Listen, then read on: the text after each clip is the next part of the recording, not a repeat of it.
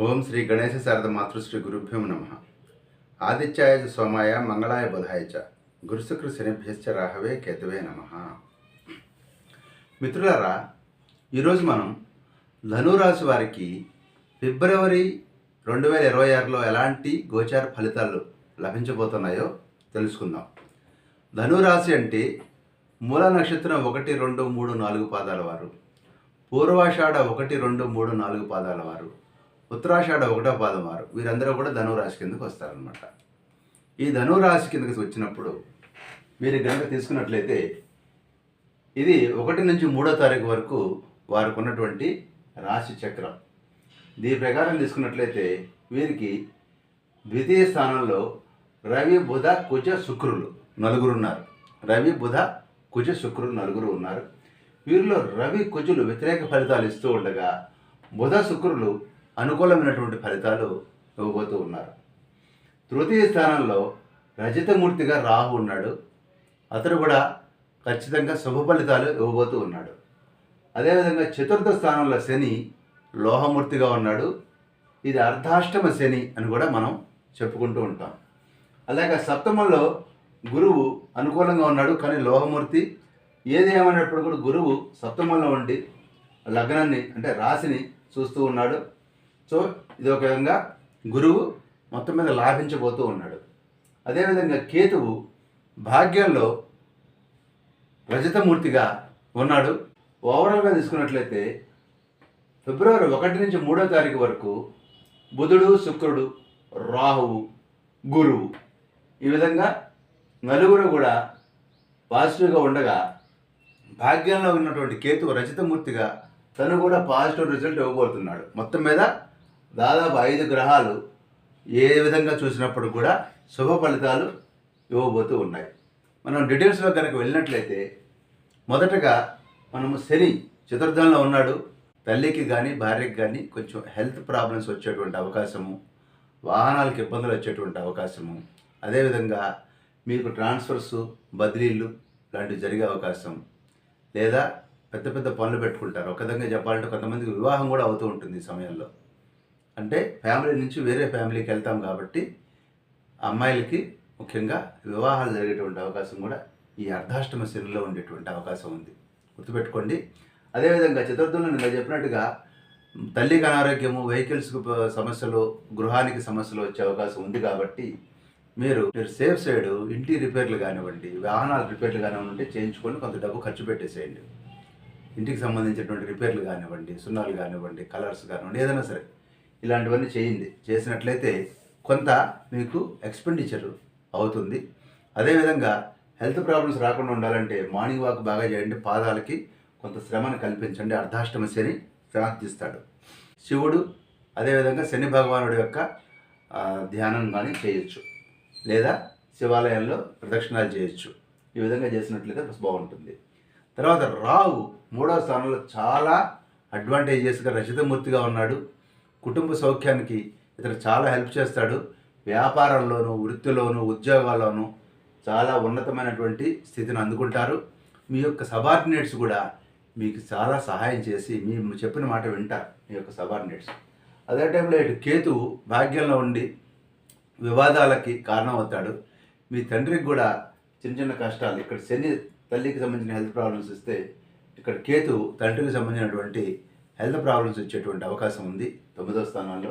So మీరు తీర్థయాత్రలు లాంటివి చేయడం ద్వారా మీరు కొంత ఎక్స్పెండిచర్ కనుక చేసినట్లయితే ఈ యొక్క నెగిటివ్ రిజల్ట్స్ పాజిటివ్ అవుతాయి. అదేవిధంగా మీ తండ్రితోటి వివాదాల్లోకి దిక్కండి. అదేవిధంగా ఆధ్యాత్మిక గురువుల దగ్గరికి వెళ్ళినప్పుడు కూడా సంయమనం పాటించి జాగ్రత్తగా ఉండండి. ఎందుకంటే గురువులతోటి, పెద్దలతోటి అపార్థాలు వచ్చేటువంటి అవకాశం ఈ కేతువు కారణంగా ఉంది. కాబట్టి కాస్త సంయమనం పాటించండి. ముఖ్యంగా ద్వితీయ స్థానంలో ఉన్నటువంటి కొన్ని సమస్యలు ఉన్నాయి. ఇక్కడ వాక్ స్థానంలో నేను పెద్దలతోటి ఆర్గ్యుమెంట్కి దిగొద్దని చెప్పిన కారణం ఏంటంటే ఇక్కడ ఉన్నటువంటి ఈ రవి, కుజులు ఇద్దరు కూడా చాలా నెగిటివ్గా ఉన్నారు. అందువలన ఈ యొక్క రవి వ్యతిరేకంగా ఉండటం వలన మీకు హెడేక్స్, మోసపోవటము, చెడు స్నేహాలకు అలవాటు పడటము, తప్పుడు సలహా ఇచ్చేవాళ్ళు, ఆలోచన చెడగొట్టేవాళ్ళు మీ పక్కన చేరటం, అదేవిధంగా ఈ విధమైనటువంటి ప్రమాదాలు ఈ యొక్క రవి 2వ ప్లేస్లో ఉండటం కారణంగా ఉంది.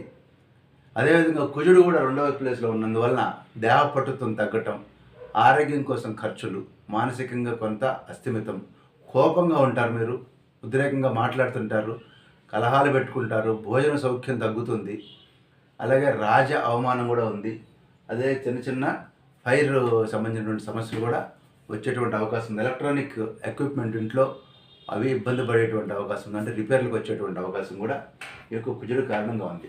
ముఖ్యంగా ఈ కుజుడు రెండవ స్థానంలో ఉన్నాడు కాబట్టి, అంటే వాక్ స్థానంలో, కుటుంబ స్థానంలో ఉన్నాడు కాబట్టి, ఈ కుజుడు మీ చేత పరుషమైనటువంటి మాటలు మాట్లాడించే అవకాశం ఉంది.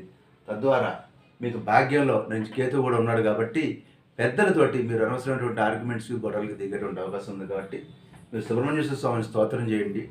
మాటలు తగ్గించుకొని ఆర్గ్యుమెంట్స్కి దిగకుండా ఉన్నట్లయితే ఈ రవి కుజులు మీరు కొంత చేయగలుగుతారు. అదేవిధంగా సూర్య నమస్కారాలు లాంటివి కూడా చేయండి రవి యొక్క సంతోషం కోసం. బుధ శుక్రులు మీకు చాలా అనుకూలంగా ఉన్నారు. అదే టైంలో చక్కని సత్సాంగత్యం ఉంటుంది, విద్యా వినోద గోష్ఠి కూడా ఉంటుంది. అదే టైంలో చిన్న చిన్న అగౌరవాలు కూడా ఉండేటువంటి అవకాశము. నేను చెప్పినట్టుగా మీకు కోపం ఊరుగురుకునే వస్తుంటుంది. ఈ పీరియడ్లో కాస్త సంయమనం పాటించాలి. అదే టైంలో శుక్రుడు రెండో స్థానంలో ఉండటం వలన పుత్రపౌత్ర ప్రాప్తి, కుటుంబ సభ్యుల యొక్క అభివృద్ధి, ధన వస్తు లాభాలు, ఇంట్లో శుభకార్యాలు, ఇష్టమృష్టాన్న భోజనము, రాజగౌరవము, అదేవిధంగా పెద్దల నుంచి, బంధువుల నుంచి కూడా మీకు అనేక బహుమతులు, అదేవిధంగా ఆరోగ్య సమస్యలు ఏమైనా ఉంటే పరిష్కారం అవడం కూడా మళ్ళీ ఈ శుక్రుడు చూసుకుంటాడు.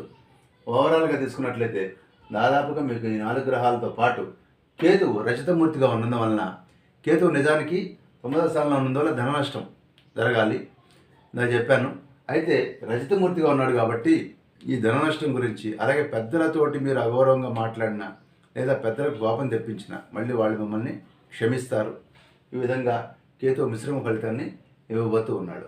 ఓవరాల్గా చూసినట్లయితే 4 గ్రహాలు అంటే బుధ, శుక్ర, రాహు, గురువులు మీకు పాజిటివ్గా ఉండగా, కేతువు రజతమూర్తి కాబట్టి కొన్ని శుభ ఫలితాలు ఇస్తాడు. ఓవరాల్గా ఇలా ఉండి వీరికి నెల గడిచే కొద్దీ చాలా ఉత్తమమైనటువంటి ఫలితాలు రాబోతూ ఉన్నాయి. అది ఎలాగో ఒకసారి చూద్దాము. మీకు 4వ తారీఖు వచ్చేసరికల్లా బుధుడు, 2లో ఉన్నటువంటి బుధుడు 4వ తారీఖున 3వ స్థానంలోకి చేరబోతున్నాడు రాహుతో పాటు. అయితే ఇక్కడ కూడా మీకు ఈ బుధుడు 2లో ఉండేందువల్ల కొంత నెగిటివ్, అంటే ఇప్పటిదాకా పాజిటివ్ ఉన్నటువంటి బుధుడు 1 నుంచి 3వ తారీఖు వరకు నెగిటివ్ రిజల్ట్ ఇవ్వబోతున్నాడు. మీ బ్రదర్స్ తోటి, మీ యొక్క తోడబుట్టిన వాళ్ళతోటి సమస్యలు వచ్చేటువంటి అవకాశం ఉంది. మిత్రుల వల్ల కష్టాలు, అలాగే మీ బాసెస్ కూడా మీ మీద కామెంట్స్ చేసేటువంటి అవకాశం, మిమ్మల్ని మందలించేటువంటి అవకాశం ఈ బుధుడు 3వ స్థానంలో వెళ్ళడం వల్ల ఉంది. కానీ అదే టైంలో 6వ తారీఖు వచ్చేసరికి శుక్రుడు కూడా 3వ స్థానంలోకి వస్తాడు. శుక్రుడు 3వ స్థానంలోకి వచ్చినందువలన అభివృద్ధికరమైనటువంటి జీవితము, పేరు ప్రతిష్టలు మీకు లభిస్తాయి. అదే టైంలో మీకు శత్రువులు కూడా వృద్ధి చెందుతారు.